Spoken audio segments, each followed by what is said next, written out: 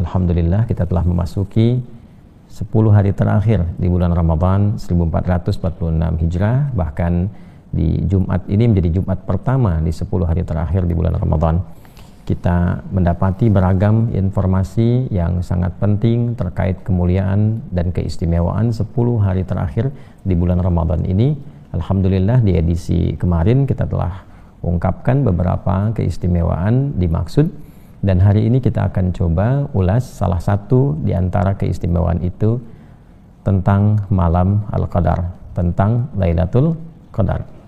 Teman-teman, karena waktu kita terbatas dan tadi sempat kita penyesuaian audio untuk mengondisikan kembali kajian kita ini, mari kita fokuskan pada pembahasan tentang Lailatul Qadar, bagaimana keistimewaannya, kapan kita bisa mendapatinya, dan kiranya apa yang bisa kita lakukan ketika bersamaan dengan malam Al-Qadar dimaksud. Kita akan menjadikan kitab Sahih Al-Bukhari sebagai referensi kajian kita di kesempatan pagi hari ini waktu Indonesia bagian Barat. Ada di topik ke-32 di halaman 296 bagi teman-teman yang memiliki kitab atau buku yang sama. Bismillahirrahmanirrahim. Qala al-Imam Al-Bukhari rahimahullahu taala, Imam Al-Bukhari menyampaikan Kitabu Fadli Lailatul Qadar. Topik mengenai keutamaan malam Al-Qadar. Ini saya sering ungkapkan, Imam Al-Bukhari ini sangat jenius dalam mengkodifikasikan kitab beliau ini yang disusun dari 97 tema. Nanti setiap tema diberikan subtema di bawahnya, dan itu diurutkan subtema dimaksud sesuai dengan urutan-urutan yang sangat sistematis, dari mulai pembuka mengenal sesuatu, lalu bagaimana mendapatinya, kapan, ya, seperti apa, lalu turunan-turunan yang terkait dengan amalan-amalan yang mungkin kita bisa optimalkan untuk meraih keistimewaan dimaksud. Dan nanti dibuka nanti dengan ayat Al-Quran dulu, baru kemudian hadis-hadis Nabi, keterangan-keterangan berikutnya. Nah, terkait dengan malam Al-Qadar ini tentu sudah banyak viral tentang keutamaannya, dan kita bisa masuk langsung kepada pembahasan tentang kapan waktu mendapatkannya dan bagaimana cara meraihnya. Namun demikian, di sini penting sekali untuk memberikan motivasi lebih kepada kita, sehingga secara singkat beliau menghadirkan terlebih dahulu tentang keutamaan malam Al-Qadar ini sebelum menghadirkan informasi penting mengenai pencarian waktu dimaksud. Bab Fadli Lailatul Qadar, subtopik tentang keutamaan malam Al-Qadar. Wa qala al-Imam Al-Bukhari rahimahullahu taala, Imam Al-Bukhari menyampaikan dalam kitabnya, wa qaulillahi ta'ala, adapun firman Allah Subhanahu wa taala, a'udzubillahi minasyaitonir rajim, bismillahirrahmanirrahim, inna anzalnahu fi lailatul qadar wa ma adraka ma lailatul qadar lailatul qadri khairum min alfi syahr tanazzalul malaikatu war-ruhu fiha bi'izni rabbihim min kulli amr salamun hiya hatta matla'il fajr. Surah Al-Qadar, surah ke-97 ayat 1 sampai dengan 5. Adapun mengenai surah ini, nah ini yang dimaksudkan. Ya, jadi sudah banyak orang bahkan hafal tentang surah ini, bahkan mengetahui keumuman makna yang terkait dengan surah ini yang disampaikan oleh para ulama-ulama kita tentang keutamaan malam Al-Qadar. Di dalamnya ada satu peluang mendapatkan lipat ganda pahala yang lebih daripada 1000 bulan. Jadi kalau kemudian kita sholat nilainya lebih daripada 1000 bulan, bila dikonversi 1000 bulan kurang lebih ada 80 tahun. Artinya kalau orang bertepatan sholat di malam itu, dia bisa berpotensi mendapatkan setidaknya 80 tahun nilai sholatnya tanpa henti. Demikian bacaan Al-Qur'annya, zikirnya, dan seterusnya. Lalu kita pun mengetahui bahwa di malam yang bersamaan dengan itu, saking istimewanya, malaikat-malaikat turun membersamai amalan-amalan setiap hamba. Bila beristighfar, mereka mendukung dengan memohonkan ampunan kepada Allah. Bila seorang hamba kemudian berdoa, para malaikat mengaminkan, menyertai setiap amalan, sampai kemudian menjelang fajar tiba dan selesailah waktu yang sangat singkat itu. Demikian sering kita dapatkan informasi dimaksud. Dan Imam Al-Bukhari membawa satu informasi dengan menekankan pada satu bagian yang berbeda. Karena itu beliau mengawali pandangan tentang ayat ini melalui pendapat yang disampaikan oleh salah satu ulama yang menjadi rujukan untuk kita semua umat Islam. Qala Ibnu Uyainah, Imam Ibnu Uyainah pernah menyampaikan, ma kana fil Qur'ani wa ma adraka faqad a'lamahu wa ma qala wa ma yudrika fa innahu lam yu'limhu.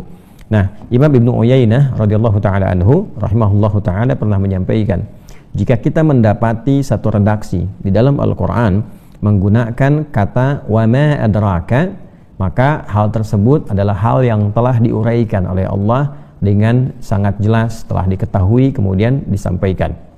Tapi bila kita dapati lagi sesuatu yang ditampilkan katanya dengan wama yudrika, ini adalah sesuatu yang Allah telah sangat mengetahuinya, namun pada umumnya belum diketahui oleh hambanya. Untuk itu dalam hal demikian kaitan dengan malam al-qadar, di sini ada dua kata, dua diksi yang kita dapatkan. Satu adraka, yang kedua juga kita akan dapatkan turunan pemahaman tentang yudrik pada akhirnya. Inna anzalnahu fi lailatul qadar wa ma adraka ma lailatul qadar. Maksud perkataan Ibnu Uyainah tadi bahwa Allah telah mengetahui malam al-qadar ini, ya kan? Telah sempurna, ya, dan dengan izin Allah Subhanahu wa taala disampaikan kepada kita informasinya, ya, diterangkan kepada kita bagaimana cara kita meraihnya, kapan kita mendapatinya. Namun kemudian di sisi yang berbeda kita temukan juga nanti di ayat-ayat lain yang diawali informasinya dengan menggunakan kata yudrik, ya, Allah maha mengetahui, tapi manusia, hamba-hamba Allah tidak mengetahuinya. Termasuk dalam beberapa kasus malaikat pun tidak diberikan informasi tentang itu.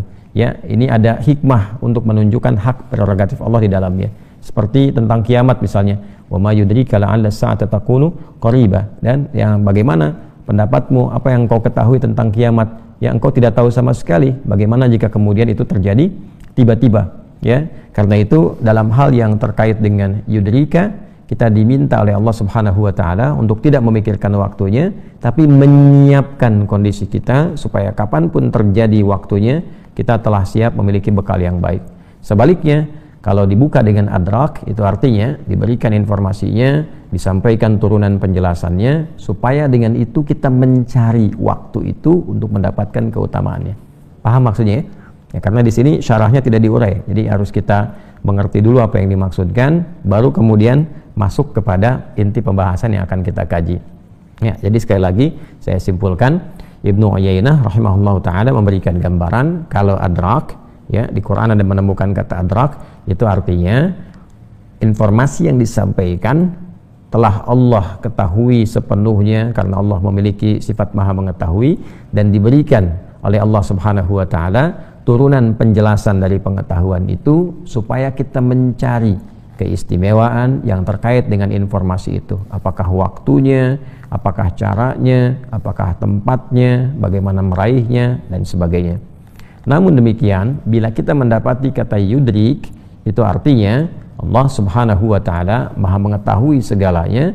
Namun demikian, untuk menunjukkan keagungan pengetahuannya dan menunjukkan bahwa hanya Ia yang punya hak prerogatif dalam pengetahuannya, maka Allah tidak menyampaikan kepada makhluknya, hamba-hambanya, mengenai spesifik tentang waktunya, spesifik tentang bagaimana kemudian, kapan kemudian itu terjadi, ya. Namun yang disampaikan adalah tanda-tanda saja misalnya, yang disampaikan adalah dahsyat kejadiannya saja misalnya, supaya tujuannya bukan kita mencari kapan terjadi, bukan kita kemudian mencari momentumnya, tapi menyiapkan diri bahwa kapanpun itu terjadi kita telah siap untuk menjemput itu semua.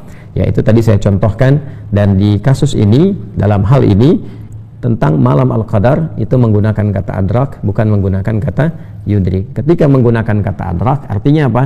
Ada informasi yang Allah sampaikan mengenai keutamaan-keutamaan ini terkait dengan waktunya, supaya kita bisa berburu waktunya, kapan waktunya, dan mempersiapkan diri untuk mendapatinya.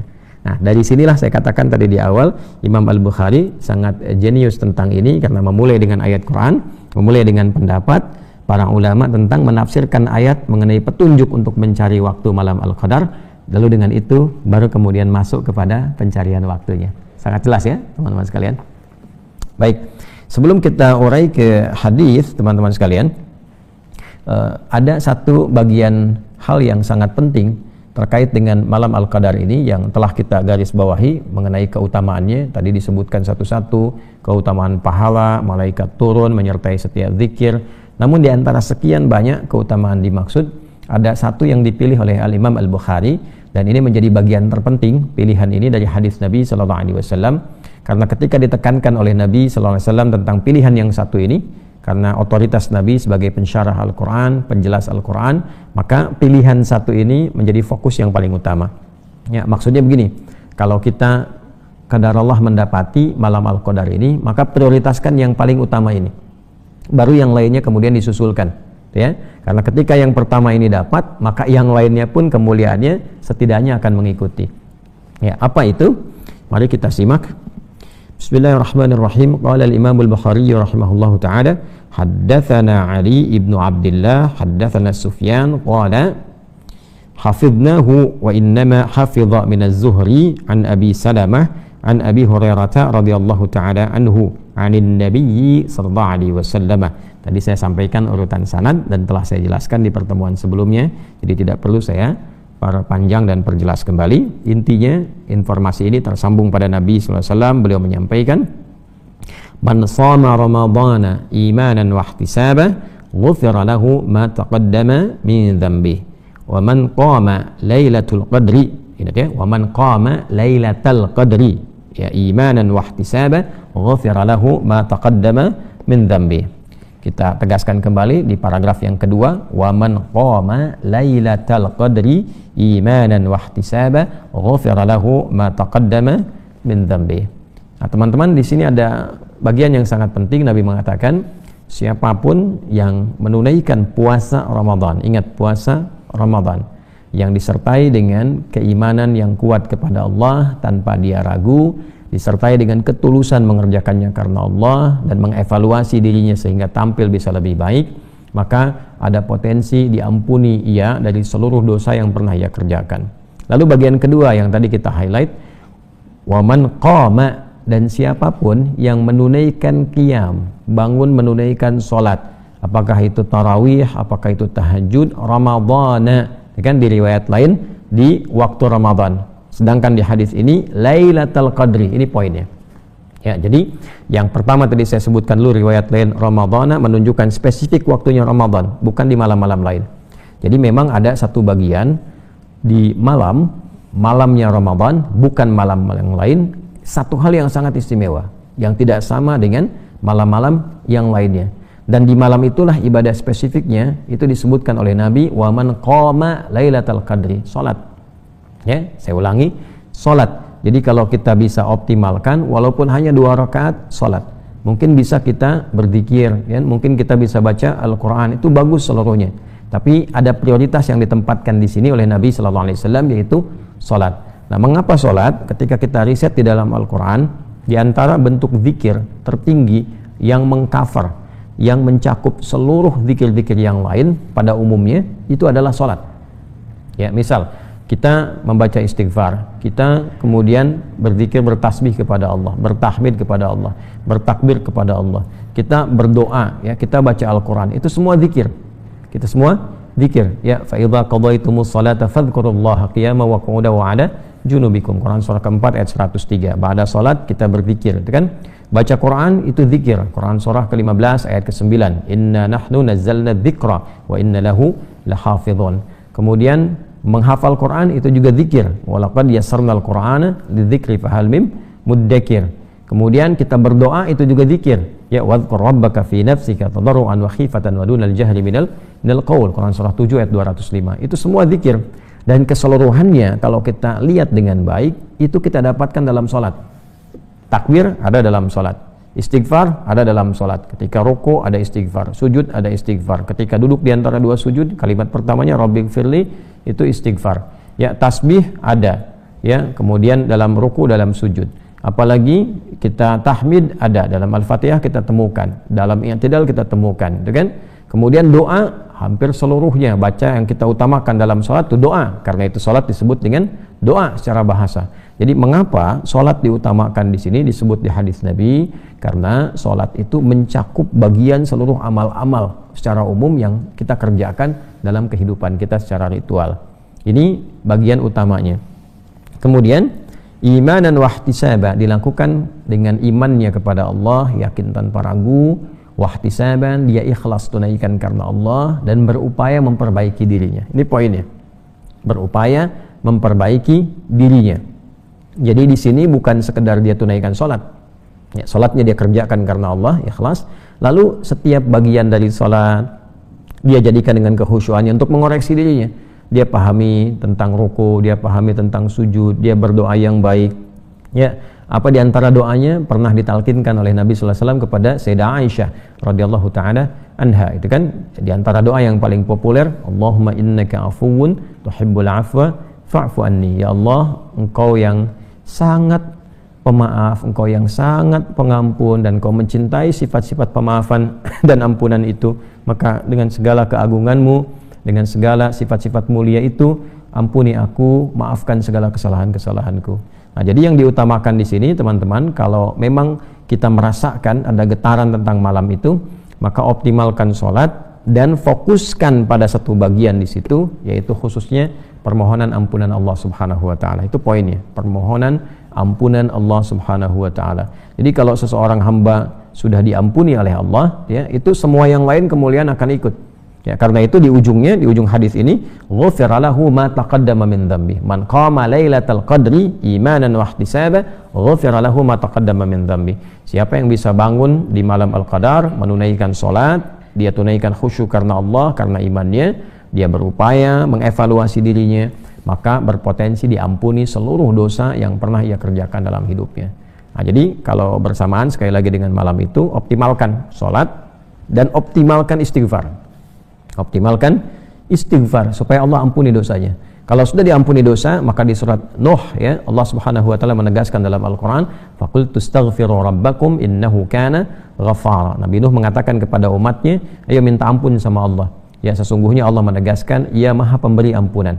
Maka apa setelah itu? Yursilis samaa'a 'alaikum bidrara wa yumdidkum bi amwal wa banin. Ya, Allah bagi satu tempat yang kesulitan hujan, Allah turunkan hujan berupa keberkahan. Ya, jadi ada juga satu tuntunan kalau satu tempat gersang, kemarau panjang dan sebagainya, maka ada baiknya penghuni-penghuni yang ada di situ banyak beristighfar kepada Allah, banyak mengoreksi diri dengan ikhlas, dengan tulus, kan? Kemudian yang menarik, wa yumdidkum bi amwal wa banin, yang kesulitan rezeki dimudahkan oleh Allah, pada bab keturunan dimudahkan oleh Allah. Jadi ada banyak hal yang di situ kita bisa dapatkan dengan keutamaan apa? Istighfar. Jadi istighfar, istighfar dan istighfar. Nah, sekarang pertanyaannya, ketika secara presisi kita mengetahui isyarat yang disampaikan Nabi sallallahu alaihi wasallam, kan? Keutamaan malam Al-Qadar itu begitu banyak, petunjuknya diberikan penjelasan. Dari penjelasan itu kalau diurut lagi, ini yang spesifik dikerjakan, kan? Istighfar, minta ampun dan turunannya. Lalu sekarang tersisa waktunya kapan? Ya, waktunya kapan? Baik. Sesungguhnya ada ulama yang memberikan pendekatan dengan pendekatan general, tapi dalam pendekatan general ini peluangnya bisa menjadi lebih tinggi. Ya. Apa yang dimaksud general di sini? Teman-teman, kalau kita kembali ke Quran surah 97 Al-Qadar tadi, petunjuknya kan jelas menunjukkan bahwa kemuliaan Al-Qadar ini datangnya malam. Ya kan? Inna anzalnahu fi lailatul qadar. Ya, sungguh dengan keagunganku aku turunkan Al-Qur'an itu di malam yang penuh dengan kemuliaan. Jadi ketika datangnya malam, maka ada ulama yang berikan pendapat yang sangat baik sekali untuk kita pedomani. Ya, kalau ingin dapat malam Al-Qadar, setiap malam Ramadan aktif saja gitu. Ya, apakah itu di awal Ramadan, pertengahan Ramadan atau akhir Ramadan. Jadi peluangnya akan lebih besar ketika setiap malam aktif, walaupun bangun sholatnya 2 rakaat saja misalnya. Setelah itu istirahat, ya kan? Apakah kemudian baca Al-Qur'annya dapat 1 ayat, lalu berjuang dengan kantuk, walaupun dapat itu setiap malam Ramadan, dia tidak tinggalkan setiap malam itu peluang mendapatkannya lebih besar. Jadi kalau ada yang bertanya, kapan bisa saya dapati malam Al-Qadar itu? Di antara pendapat ulama ada yang memberikan satu langkah taktis, panduan yang sangat sistematis, jelas dari awal sampai akhir, ya, mengatakan bahwa udah hidupkan aja setiap malam Al-Qadarnya, karena isyaratnya malam, maka setiap malam hidupkan. Ya, karena itulah dari pendapat ini tinggal kita melihat yang tersisa, ya kan, ada berapa malam untuk kita. Malam 21 sudah tadi kan, bagi kita orang Indonesia di sini sudah selesai. Nah, kemudian nanti ada malam 22, ada malam 23, ya. Kita nggak tahu di malam yang mana. Allah turunkan kemuliaan itu. Karena itu akan lebih bagus kalau kita optimalkan, baik itu di malam misalnya 22-nya, malam 23-nya, malam 24-nya, sampai malam terakhir. Ya, sampai malam terakhir. Nah, malam terakhir di ujung Ramadan, ya kan? Dan besoknya kemudian puasa, setelah itu tuntas karena malamnya berikutnya masuk kepada 1 Syawal yang dioptimalkan takbiran di dalamnya. Nah, jadi sampai titik yang terakhir ini kita optimalkan. Ya, setiap malamnya, setiap malamnya, setiap malamnya. Lalu kalau kita ingin bicara lebih spesifik lagi, di antara malam-malam itu kan ada yang dapat genap, ada yang dapat ganjil gitu kan? Ada yang genap, ada yang ganjil. Kalau begini, kalau waktunya sangat terbatas nih, ya kadang-kadang kita ingin optimalkan, tapi ada kondisi tertentu yang menghambat kondisi pribadi itu, misalnya untuk bisa dioptimalkan setiap malamnya. Apakah karena kondisi kesehatan atau karena kesibukan tertentu yang memang tidak bisa ditinggalkan terkait dengan hajat hidup orang banyak misalnya dan sebagainya. Maka bagian mana yang bisa kita optimalkan? Nah, sampai titik itu pun masih ada juga. Inilah indahnya dalam Islam, lengkap uraiannya, lengkap penjelasan dan referensinya, dan sampai ke titik paling maksimal itu diberikan peluangnya. Maka di sini menunjukkan betapa sayangnya Allah sama kita. Saya ulangi, betapa sayangnya Allah sama kita. Dikasih setiap malam kesempatan untuk kita, belum tentu ada yang optimal. Ayo coba dicari gitu kan, di setiap yang kita dapati malam-malam sisanya. Sekarang 10 terakhir, nanti kita bisa buru 10 yang terakhir. Kemudian kalau kita tidak optimal 10 terakhir dengan ganjil dan genapnya, ya, maka apa yang kita bisa optimalkan? Apakah di genapnya, apa di ganjilnya, itu pun kita dapatkan riwayatnya.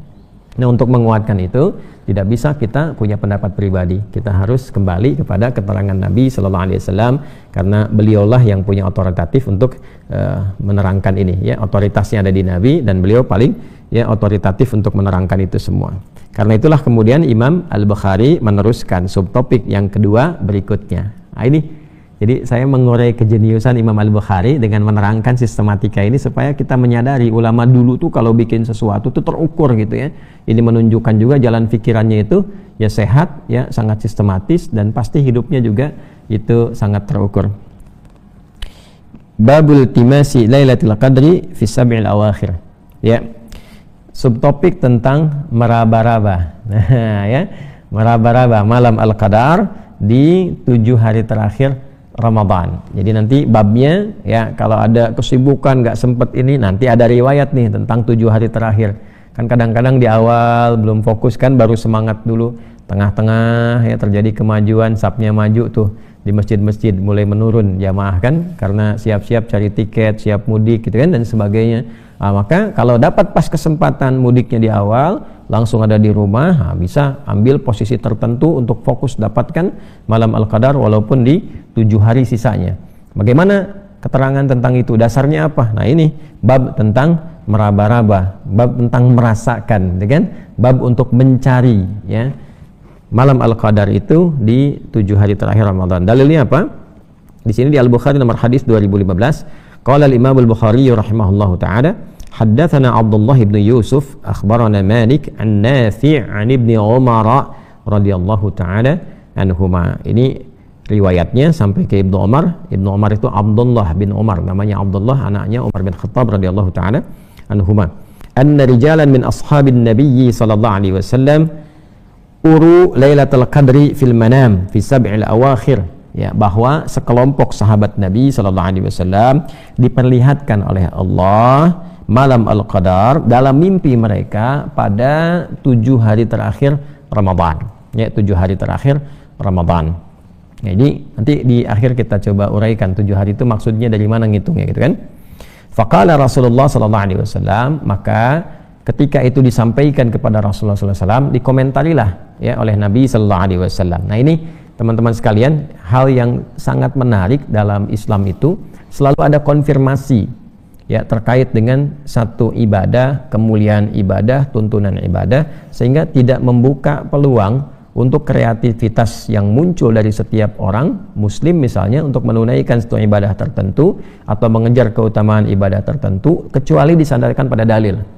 Dan dalil ini nanti sangat diberikan penjelasan yang mudah oleh para ulama, ya baik itu langsung dari Qurannya, dari hadisnya, atau sistematikanya ya kaidah-kaidahnya. Maka dari situ kita kenal nanti urutan dalil itu bisa kita akses melalui Al-Qur'annya, kemudian ada hadisnya. Lalu Quran hadis itu nggak bisa kita lihat begitu langsung simpulkan dalil, nggak bisa. Ya, ada sistematikanya, konstruksi bagaimana memahami dalil itu. Maka ada kaidah. Kaidah inilah yang disebut dengan nanti kaidah fikih. Dasarnya disebut dengan usul fikih. Usul fikih pun ada kaidahnya lagi. Ya, misal ini ada ayat-ayat, memahaminya bagaimana? Kalau apakah setiap ayat perintah itu menunjukkan perintah yang harus kemudian kita kerjakan, atau jangan-jangan ini bukan bentuknya wajib, tapi bentuknya anjuran, tapi sangat ditekankan, atau anjuran cuma diikat dengan kondisi tertentu. Kalau kondisinya ada, itu berlaku bagi Anda. Kalau tidak ada kondisinya, maka tidak dipaksakan untuk mengerjakan itu. Nanti kita temukan itu, atau bahkan yang pilihan sifatnya. Ya, al-aslu fil amri lil wujubi hatta yadulla dalilu ala khilafi. Asal dari perintah itu wajib, kecuali nanti ada dalil lain, ada penjelas lain yang menunjukkan bahwa hukum ini bukan wajib, tapi ada penekanan, tapi tidak dipaksakan. Ya, seperti kalau wajib itu sholat, ya waqimus sholah, tunaikan sholat. Tidak ada penjelasan lain yang menunjukkan bahwa sholat ini tidak wajib, itu nggak ada. Wajib hukumnya.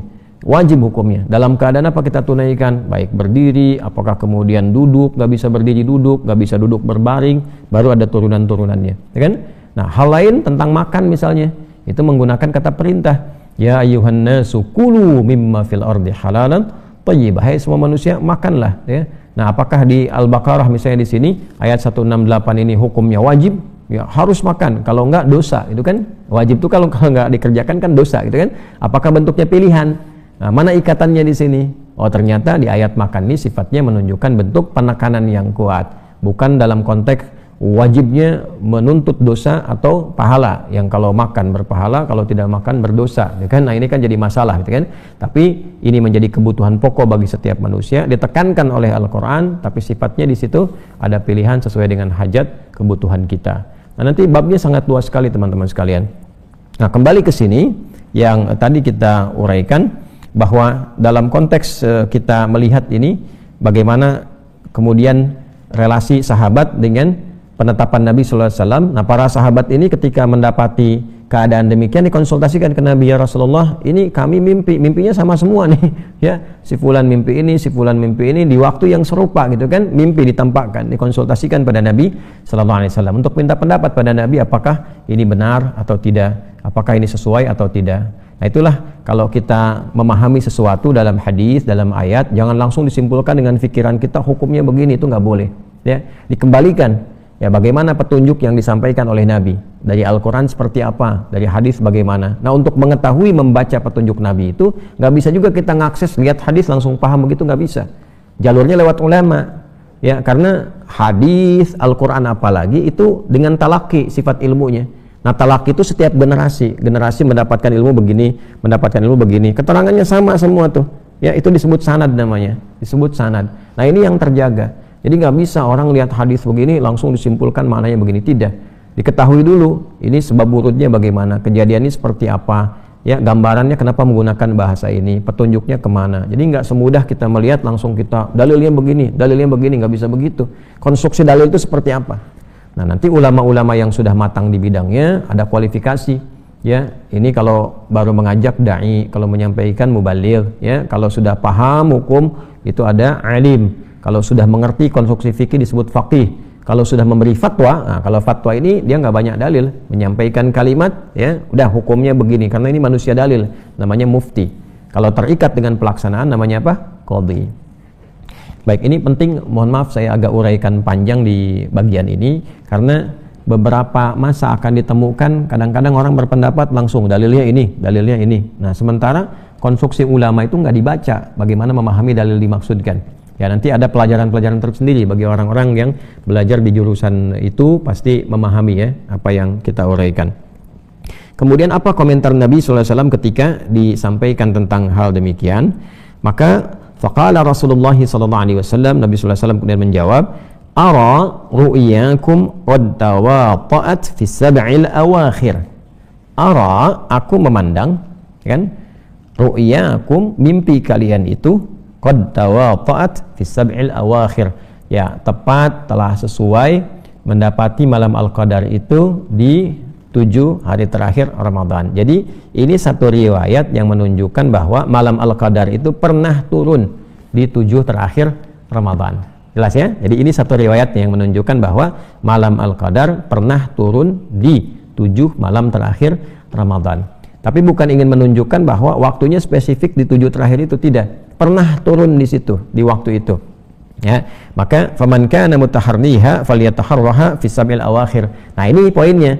Maka siapa yang berminat untuk memburu kemuliaan malam Al-Qadar itu demi mendekatkan diri kepada Allah, silahkan memburunya, mencarinya. Saya gunakan istilah memburu itu untuk menunjukkan konteks mencari dengan sungguh-sungguh yang serius. Ya, silahkan buru itu, silahkan cari itu dengan sungguh-sungguh fi sab'il awakhir, pada pekan yang terakhir, ya 7 hari terakhir di bulan Ramadan. Jadi ini dalil yang menunjukkan kalau memang belum sempat maksimal ibadah di sebelumnya, lalu ada potensi 7 hari terakhir ini kita bisa mendapatkan malam Al-Qadar, ada luangnya, manfaatkan itu. Ya, manfaatkan itu sebaik-baiknya. Ya, jadi ini dalil yang pertama tentang malam Al-Qadar berlangsung, potensinya pernah terjadi di 7 malam terakhir. Nah, 7 malam terakhir ini ngitungnya bagaimana? Nah, para ulama ada yang ngurutkan dari atas. Jadi kalau misalnya Ramadannya 30 hari itu kan malam 30, malam 29, malam 28, malam 27, malam 26, malam 25, malam 24. Nah, makanya ada yang menyebutkan Ramadan itu juga tidak harus selalu jatuh pada yang ganjil, bisa jadi malam 24 yang genapnya, ya kan? Bisa jadi malam 24. Kalau urutkan dari 30 ya. Nah, kalau jumlah Ramadannya itu 29, nah, maka ketemunya tanggal 23. Maka ada ganjil, ada genap. Ya, nah ini kejadiannya pada saat itu adalah 7 malam terakhir di Ramadan. Jadi 7 malam terakhir berarti diurut. Ya, nanti ada yang bacanya dari 21. Ya, malam 21, malam 22, malam 23, malam 24, malam 25, malam 26, malam 27. Nah, jadi ada yang baca malam 27. Ya, ini jadi diurut dari urutan ke-21 sampai ke atas, atau dari atas ditarik turun ke bawah. Ya, ada juga pendapat ini sangat familiar sekali di kalangan ulama. Tapi singkatnya Pak, singkatnya antara nih 7 dari awal sampai ke akhir. Silahkan dari malam 23 sampai ke malam akhirnya. Bisa malam 29, bisa malam ke 30, itu bisa dioptimalkan. Ya, kalau di Timur Tengah itu sangat viral. Ya, antara 23, 24, 27. Ya, karena itu biasanya beberapa orang di Timur Tengah menghadirkan malam Al-Qadar, pengingat nuzulul Quran itu dalam konteks turunnya kepada Nabi sallallahu alaihi wasallam itu di malam ke-27 dihidupkannya itu. Malam 27, malam 27 ya. Nah, tapi sekali lagi nggak menutup kemungkinan di malam 23, malam 24 ya, malam 23 atau malam 24. Jadi silahkan yang ada sisa waktu dioptimalkan 23, 24, 25 sampai ke akhirnya. Ya, insya Allah kalau melihat kondisi kekinian di akhir Ramadan 1446 Hijrah ini, rasa-rasanya berjumlahnya 30 hari. Ya, karena kalau melihat pendekatan dari hisab, tanggal 29 ketika terjadi ijtima itu posisi hilalnya masih di bawah ufuk. Nah, kalau di bawah ufuk itu baik pakai hisab mau pakai ru'yat atau imkanur ru'yat, itu besar kemungkinan akan digenapkan menjadi 30 hari. Jadi Ramadannya 30 hari, kita masih dapat malam ke 30. Jadi kalau malam 30 berarti diurut lagi, ada 24 kan, ada 25 sampai kemudian ke malam 27 sampai ke akhirnya ke malam 30. Intinya ada dalil yang menunjukkan bahwa malam Al-Qadar pernah terjadi di 7 terakhir Ramadan. Bisa ditarik dari malam 21 berarti malam 27, bisa ditarik dari 30 berarti ke malam 23 atau 24. Jadi kalau udah lewat malam 21 tadi kan masih ada malam 22 terus sampai ujungnya. Ya, jelas ya apa yang kita utarakan ini. Kemudian teman-teman sekalian, selanjutnya kita lengkapi dulu supaya nggak putus di situ. Hadis tadi didapatkan juga dalam hadis riwayat Imam Muslim nomor hadis 1165 ya, dengan riwayat yang serupa. Kemudian yang kedua nomor hadis 2016 di Sahih Al-Bukhari, qala al-Imam Al-Bukhari rahimahullahu taala, haddatsana Muadz bin Fadalah, haddatsana Hisham an Yahya an Abi Salamah qala sa'altu Aba Sa'id wa kana li sadiqan faqala i'takafna ma'an nabiy sallallahu alaihi wasallam 'ashra al-awsat min Ramadan fa kharaja sabihata 20 فخطبنا وقال إني أريت ليلة القدر ثم أنسيتها أو نسيتها فالتمسوها في العشر الأواخر fil watri. Nah ini poinnya, ini yang menarik nih ya, kaitan yang kedua.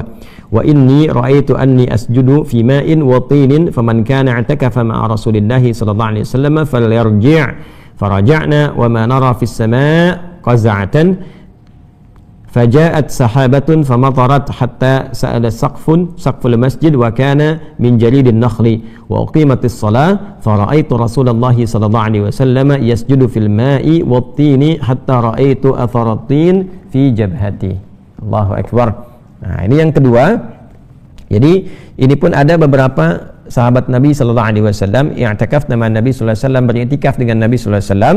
Itu menariknya al-Ashra Awsat di 10 pertengahan.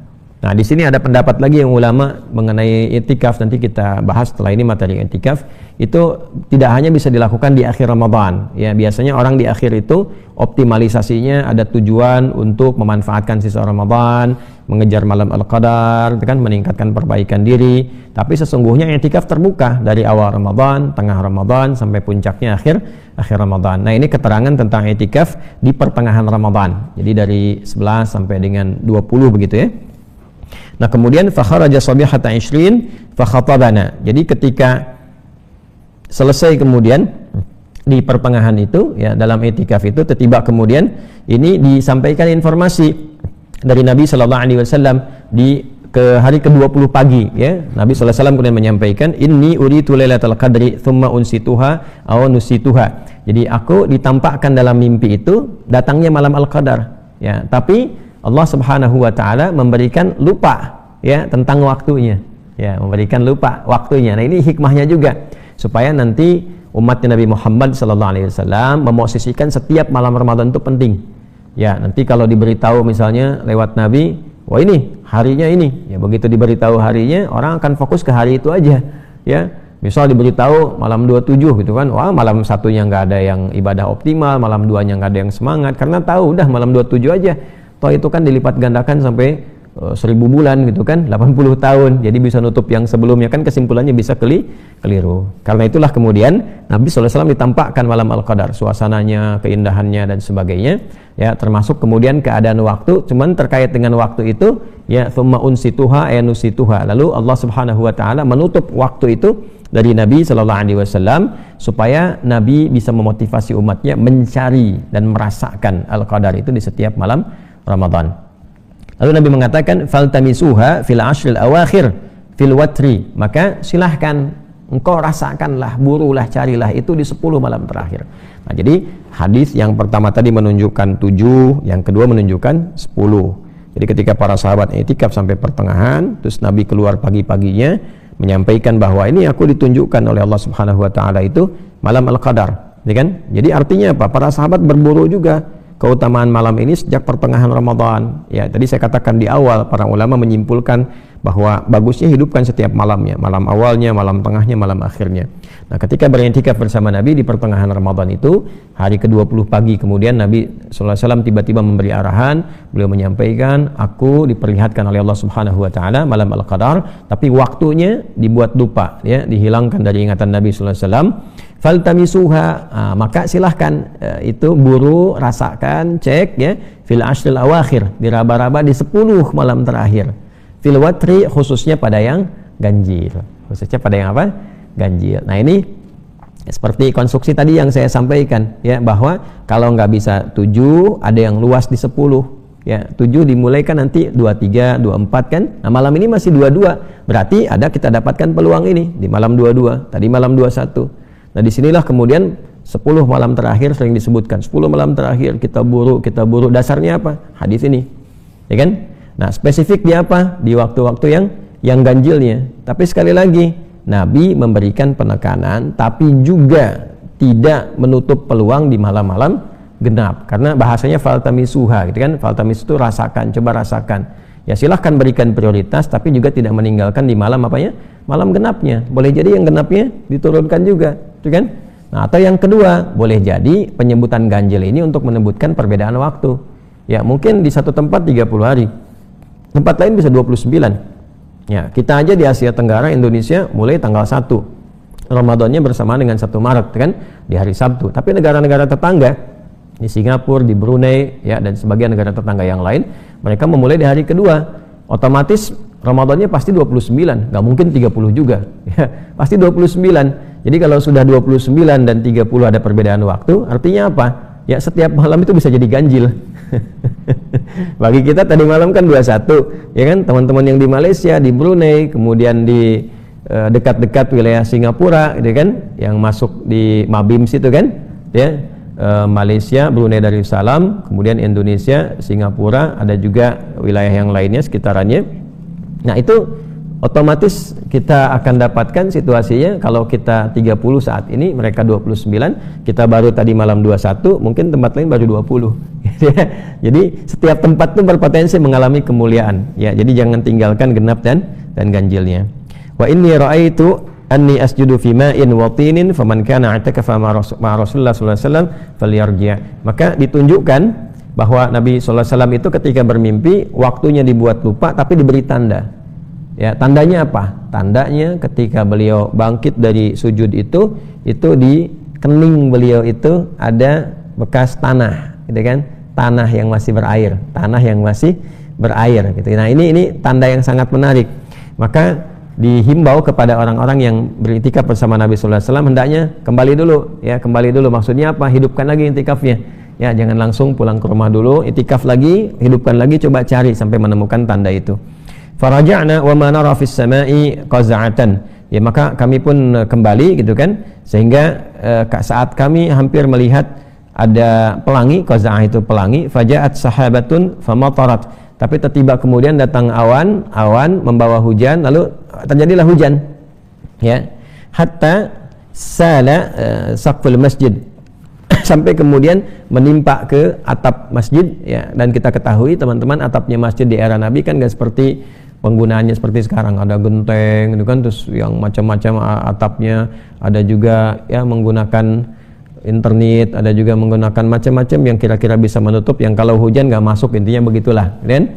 Tapi atapnya era Nabi kan tidak, ya, menggunakan daun-daun kurma, kan, yang tiangnya juga menggunakan batang-batang kurma, atasnya dianyam daun-daun dan sebagainya. Jadi potensi untuk air itu mengalir itu ada. Jadi kalau panas betul, sehingga dalam riwayat saat musim panas itu ada yang menggunakan sapu tangannya untuk alas kepala saking panasnya gitu kan, tempat yang disujudi. Tapi dalam kondisi hujan itu bisa bocor.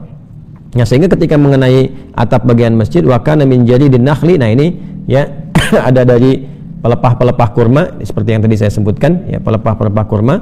Wa qimatis sholatu, dan ketika sholat itu akan dikumandangkan, ya, sudah iqamat, ya, artinya apa? Artinya sudah sholat sunnah sebelumnya dan seterusnya. Wa uqimatis sholatu, dan sholat akan dikumandangkan. Fara'aitu Rasulullah sallallahu alaihi wasallam yasjudu fil ma'i wattini hatta ra'aitu atharatin fi jabhatihi. Maka aku melihat bahwa Nabi sallallahu alaihi wasallam itu sujud, ya, di tempat bagian tanah yang becek kena air itu. Maka ketika beliau kemudian bangkit, aku melihat di kening beliau itu ada bekas tanah yang basah. Nah, ini menunjukkan apa? Malamnya malam Al-Qadar telah tiba gitu. Jadi kenapa hadis ini ingin menekankan begini?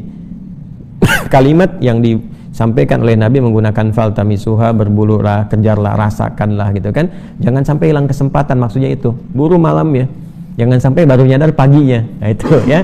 Jadi begitu kesiangan karena ketiduran, karena macam-macam dan sebagainya, tiba-tiba baru nyadar pagi. Begitu pagi lihat, oh kok alam udah indah begini, enak begini, tenang begini gitu kan. Salam, gitu kan? Tenang, nyaman, rasanya enak, ya.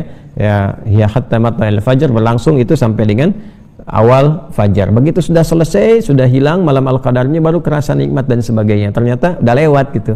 Nah, ini yang dimaksudkan rasakan itu. Ya, ambil getarannya, dan diantara tandanya adalah apa yang diungkap di dalam Al-Quran. Salam hiya hatta matla'il fajr, ada ketenangan, kedamaian, ya, dan sebagainya. Nah, teman-teman sekalian, itu diantara hal yang bisa kita bahas secara singkat. Sebetulnya masih ada urutan-urutan hadis, tapi tidak jauh dari apa yang kita telah bahas, teman-teman sekalian. Tinggal nanti berikutnya adalah kajian tentang apa yang kita bisa optimalkan di 10 terakhir ini, dan khususnya bila menemui dan merasakan malam Al-Qadar. Tadi kan kata Nabi, coba kamu buru dengan serius, kamu raba-raba, kamu rasakan, sehingga merasakan ada sensasi yang berbeda dalam salah satu malam itu. Ya, nah kalau mendapati kondisi itu yang harus saya lakukan apa? Kalau sholat tadi bagaimana? Terus atau adakah doa yang spesifik yang bisa saya bacakan? Nah, itu insya Allah kita akan bahas di pertemuan berikutnya.